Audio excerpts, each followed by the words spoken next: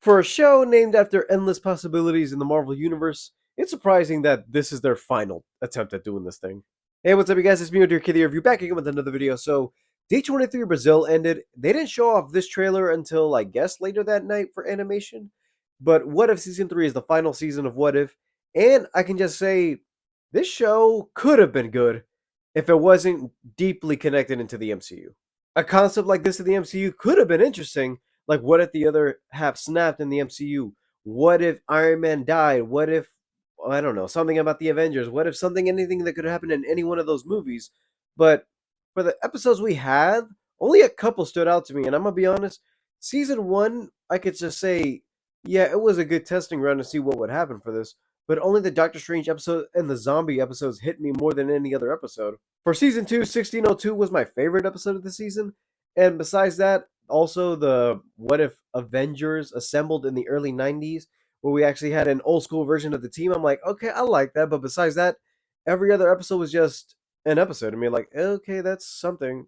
But at least I could just say for the one good element that Jeffrey Wright is the Watcher, he is my favorite part of this show because I feel like, yeah, the Watchers are out there. We saw them in the MCU in the Guardians of the Galaxy 2, but besides that, we haven't caught up to anything besides that. And now that we're getting the Fantastic Four and everything, all of those cosmic elements coming back into this, it'd be cool to see him interact to see what are these characters or what other ways of the multiverse are being tampered with. But besides that, every other episode here is fine. But let's take a look at this final season because, yeah, they showed off a little bit of footage and also teased a couple things. Also, the fact that this is where we're actually going to see our first MCU introduction of Storm, which, okay, but I'm not sure if it's going to be a new actress voicing Storm or it's going to be the same one as the animated 97 and some of the other X Men stuff we've seen. But let's get on to the trailer to see how the endless universe of possibilities is coming to an end.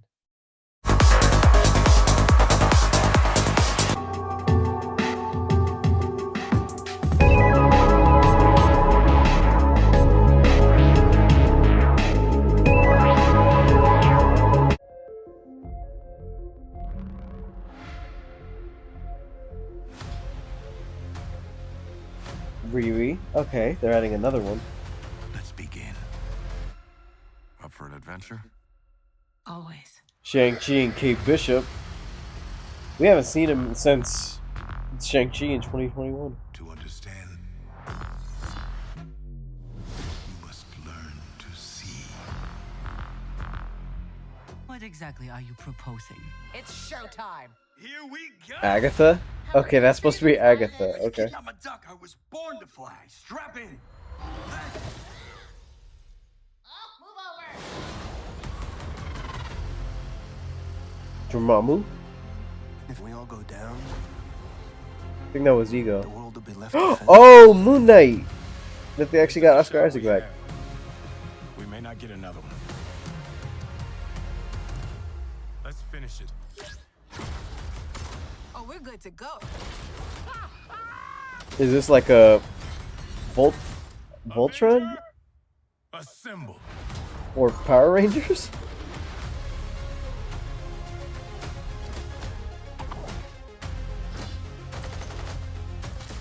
This was a sneak peek they had after season 2. I saw Light 'em up now. Riri Williams and I guess she's Captain Marvel. Or This is where your story ends. okay, those are the Council of Watchers that they had at the end of the post-credit scene. Also, we're going to see Eternals. With Okay, some mysteries, the only Kahorti answer is back.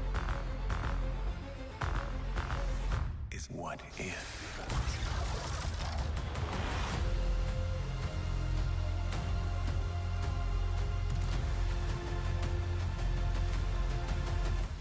Maybe it's time that we called in some help. There she is. Oh, oh, it is the animated voice. Okay. I can say this trailer seems a bit more fine. Like, they already said that there are 8 episodes left. And for the most part, I want to know what is the overall overarching story for this because I know we're going to get a couple one. Like I saw Shang-Chi and Kate Bishop in the West. We see a mech, or I don't even know, it's supposed to be like a riff on Avengers getting their own robots and stuff like that, assembling into one. It looks like we're going to get that. Storm, that episode, I feel like everybody's going to be talking about a lot since that's officially kind of declaring the first MCU appearance of an X-Men character again on the big screen. I know we had Professor X, we had Beast, we had Deadpool and Wolverine come out, which is like, yeah, they're in the MCU, but not really. But this being our first official look at Storm, okay, it's good. I already know it's going to be the animated voice, and we kind of did hear it there where that story is going to be what if Storm possessed Mjolnir? I like that since that actually did happen in the comics, and she's an Omega level mutant doing this thing, so I kind of want to see what their powers are going to be there. It would have been fine if he's actually integrated into the main 616 timeline, but hopefully they could try to at least continue him, at least keep him around for the future.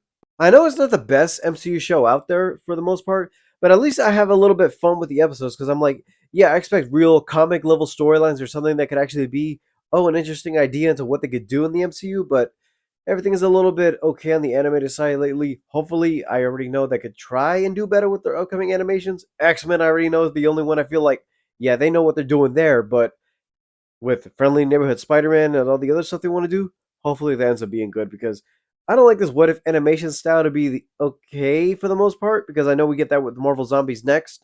But if they want to revisit this concept again, I hope they can look back on the comics and actually use that to influence the actual show instead of relying on MCU characters and keeping it MCU central instead of expanding. Alright guys, thank you guys for watching. Leave a like, subscribe if you haven't already. All my social media is down in the description below. And I'll see you guys next time. Bye guys.